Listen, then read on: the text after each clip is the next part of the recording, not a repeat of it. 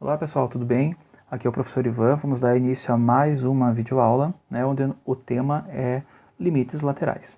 Né? Quando que nós vamos trabalhar com limites laterais? Né? Nós vamos trabalhar com limites laterais quando a função tiver alguma limitação, seja pela direita ou pela esquerda do nosso valorzinho a, que é para o qual o x está tendendo. Né? Por exemplo, uma função que não é definida para valores menores do que zero, né? Então nós não podemos calcular o seu limite pelo x para x chegando pelo lado esquerdo, né, por valores menores do que zero. Nós temos que calcular apenas os limites laterais pela direita. Pode acontecer de funções, né, por diversas restrições, não possuírem, né, elas não serem definidas pela esquerda ou pela direita de determinado ponto, né, e nesse caso a gente acaba calculando apenas os limites laterais. Ou ainda pode acontecer que o limite lateral pela direita seja diferente do da esquerda. Aí o limite no ponto A não existe, porém, né, nós temos os limites pela parte direita e pela parte esquerda sendo distintos entre si, tá certo? Então como que funciona? Né? Os limites pela direita, nós vamos definir que são com valores, né, maiores do que A.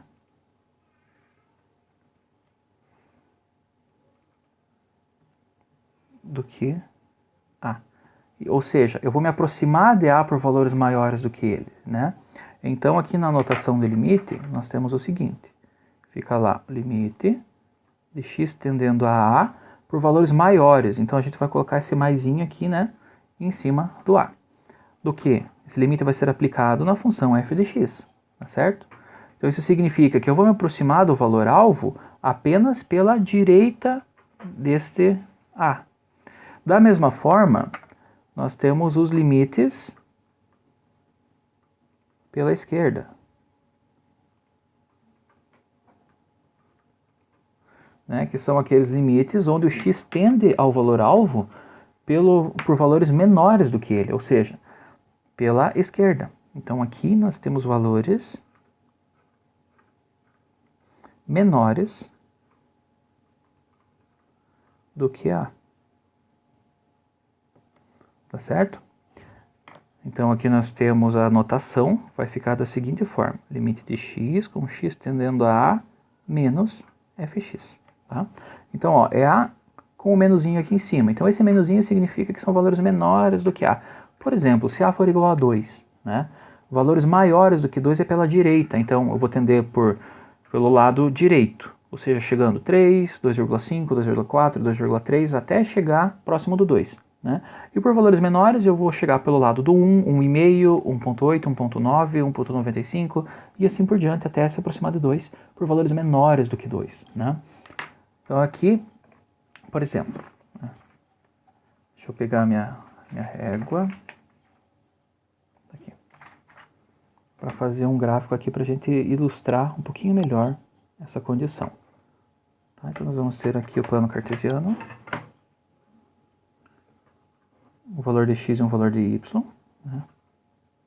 Os eixos. Vou colocar aqui como gráfico uma reta qualquer aqui, tá, pessoal? Só para ilustrar mesmo. Vou pegar aqui essa reta roxa. Essa reta roxa é a nossa função f de x.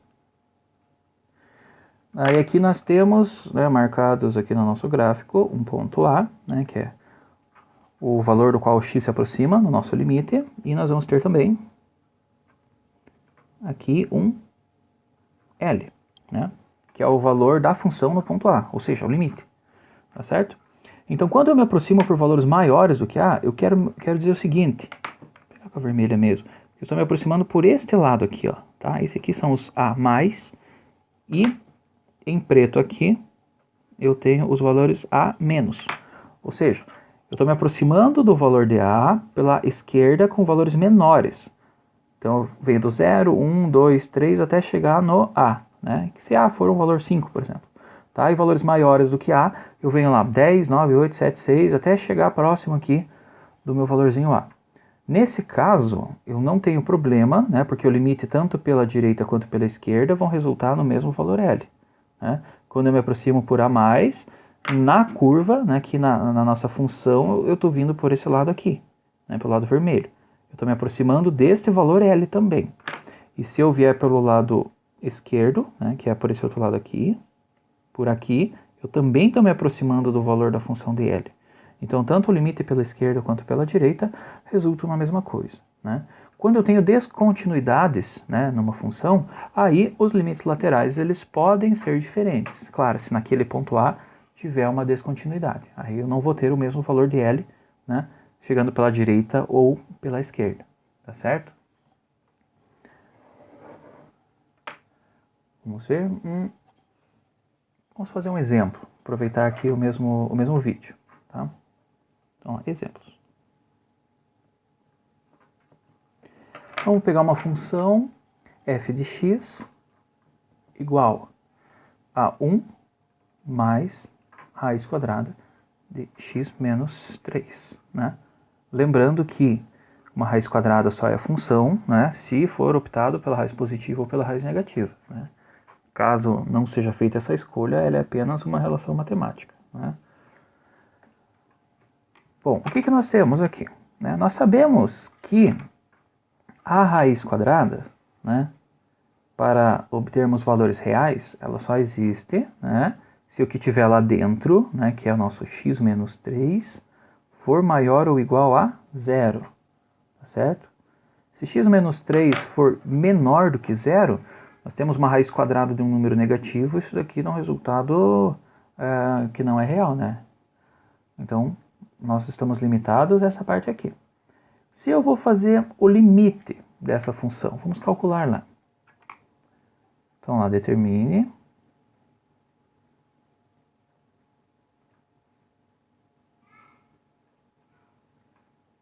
Vou colocar os limites, né? Laterais. Laterais para x tendendo a 3 pelo lado maior do que 3 e x tendendo para 3, né, pelo lado menor do que 3, tá certo? O que vai acontecer, né? No lado maior do que 3, eu vou ter aqui alguma coisa maior do que 3 menos 3, vai dar maior ou igual a 0. Quando o x for menor do que 3, isso aqui vai dar negativo, né? Então eu não vou conseguir resolver essa parte da raiz, tá? Isso vai gerar um problema no cálculo do limite. Então fica lá, ó, limite de x tendendo a 3 pelo lado maior da nossa função. Qual é a função? 1 mais raiz quadrada de x menos 3. Né? Para fazer esse cálculo aqui, né, nós vimos nas propriedades dos limites que o limite da soma é a soma dos limites e o limite de uma raiz é a raiz, né, dos limites aqui, internos. Então, no fim das contas, nós vamos substituir o x por esse 3 aqui. Tá? Então, nós vamos ficar com 1 mais raiz quadrada de 3 menos 3. Né? Eu vou colocar esse símbolo aqui em cima do 3 para a gente saber que o x que foi substituído é pelo lado direito do 3, por valores maiores do que 3. Aí não corre o risco, né, disso aqui dar negativo. Então eu tenho algo um pouquinho maior do que 3. Menos 3, isso vai dar algo muito próximo de 0, porém positivo. A raiz quadrada disso vai ser 0, mais 1 é igual a 1. Tá? Por outro lado, o limite de x tendendo a 3 pelo lado esquerdo da nossa função, que é 1 mais raiz quadrada de x menos 3, vai gerar aquele probleminha que eu falei para vocês no início. Por quê? Porque esse valor de x aqui vai ser menor do que 3. Ou seja, vamos colocar aqui, né, um 2,999 e assim por diante, tá certo? Então é algo menor do que 3, que quando feito menos 3, vai dar algo menor do que 0, ou seja, negativo. Então nós vamos ficar com o seguinte, fazendo a substituição, 3 menos menos 3, isso aqui vai dar 1 mais, né? E nessa raiz aqui, nós vamos ficar com uma raiz de algo que seria 0 menos, né? Ou seja, algo menor do que 0, no limite. Muito próximo de 0, porém negativo, tá? Então essa raiz aqui não dá um valor real, né? E não vai existir esta função, né, no plano cartesiano, aqui com os eixos reais, tá? Então, dessa forma, este limite aqui não existe, o limite em preto, enquanto que o limite azul existe e vale 1. Então, o limite lateral pela esquerda não existe, enquanto que o limite lateral pela direita existe e vale 1. Tá?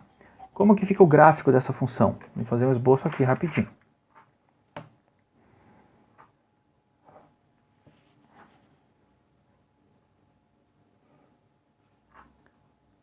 aqui o eixo x, eixo y, né? Nós sabemos que quando x, né, é igual a 3, o que tem aqui dentro fica 0 e o nosso limite vale 1. Né? Então aqui para x igual a 3, nós temos um resultado que é 1. Seria mais ou menos aqui. Tá certo? E à medida que os valores de x aumentam, a minha função tem a cara, né, do gráfico de uma raiz. Né? Ou seja, com essa concavidade aqui voltada para baixo. Tá? E para valores menores do que 3 não existe, a função não está definida, então ela não aparece o gráfico da função, né, aqui no plano cartesiano. Tá? Então esse é o nosso primeiro exemplo de limites laterais. Né? Como um segundo exemplo, deixa eu nomear aqui, 1 e 2, nós vamos ter uma função, que ela vai ser uma função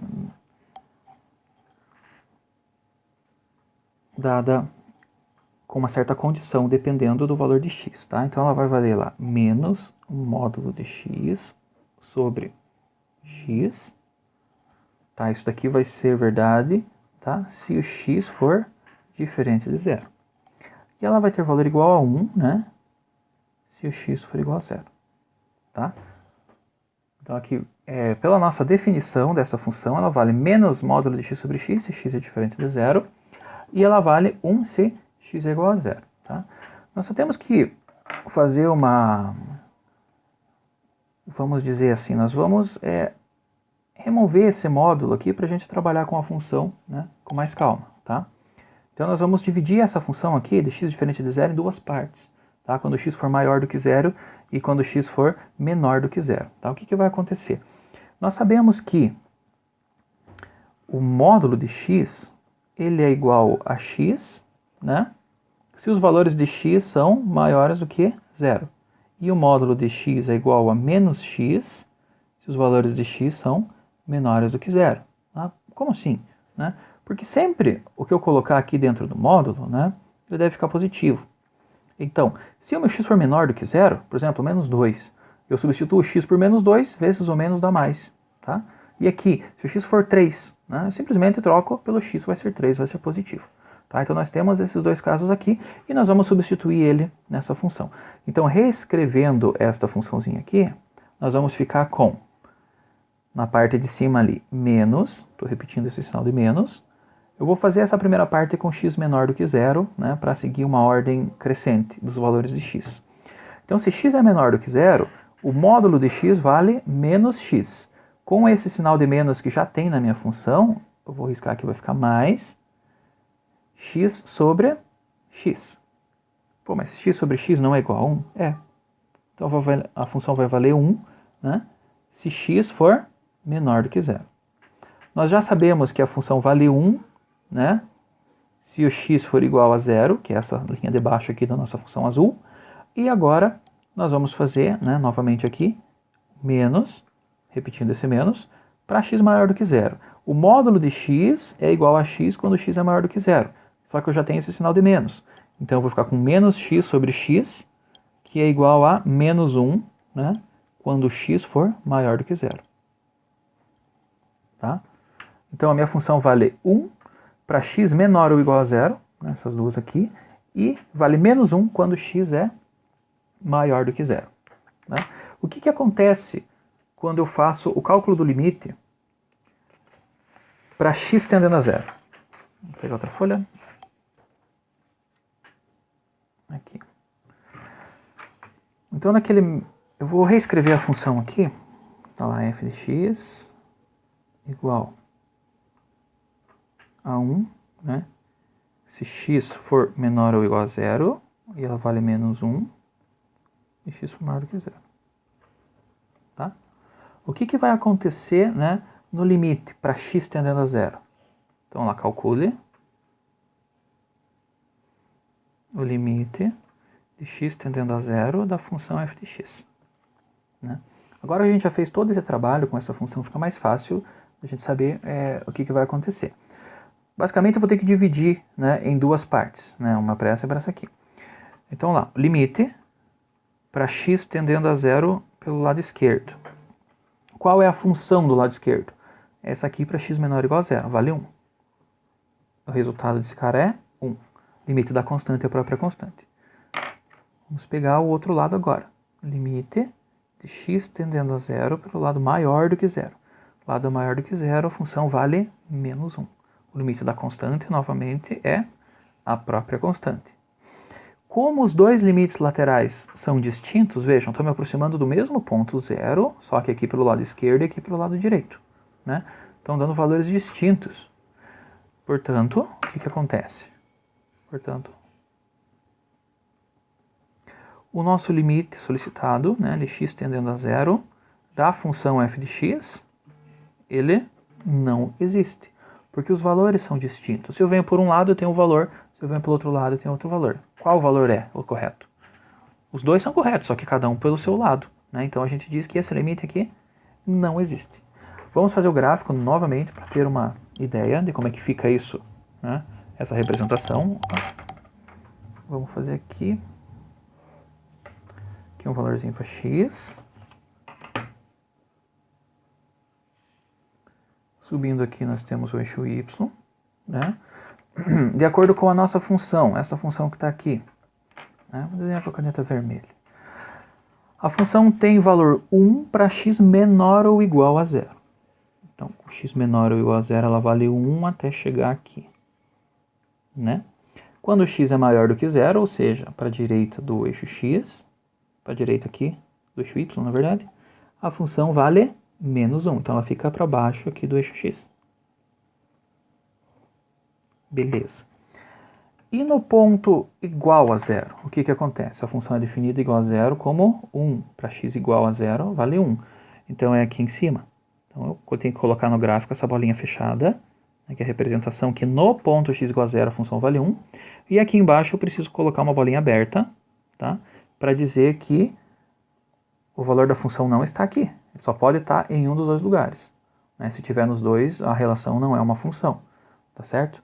Então esse é o gráfico. O que acontece nessas duas situações? Pela esquerda, eu estou me aproximando do zero por aqui, ó. Então eu chego no meu valor 1. E pela direita, eu estou me aproximando do zero por esse lado da função. Então quando eu me aproximo pela esquerda, eu chego no valor igual a 1, que é aqui em cima. E quando eu me chego pela direita, né, me aproximo pela direita, eu chego no valor da função igual a menos 1, né? Por isso que os limites não batem. E nós vemos graficamente que a função ela tem uma descontinuidade no ponto x igual a zero, né? Que é a origem aqui do meu sistema de coordenadas. Tá? Então, aqui nós temos mais um exemplo de limites laterais. E é isso, pessoal.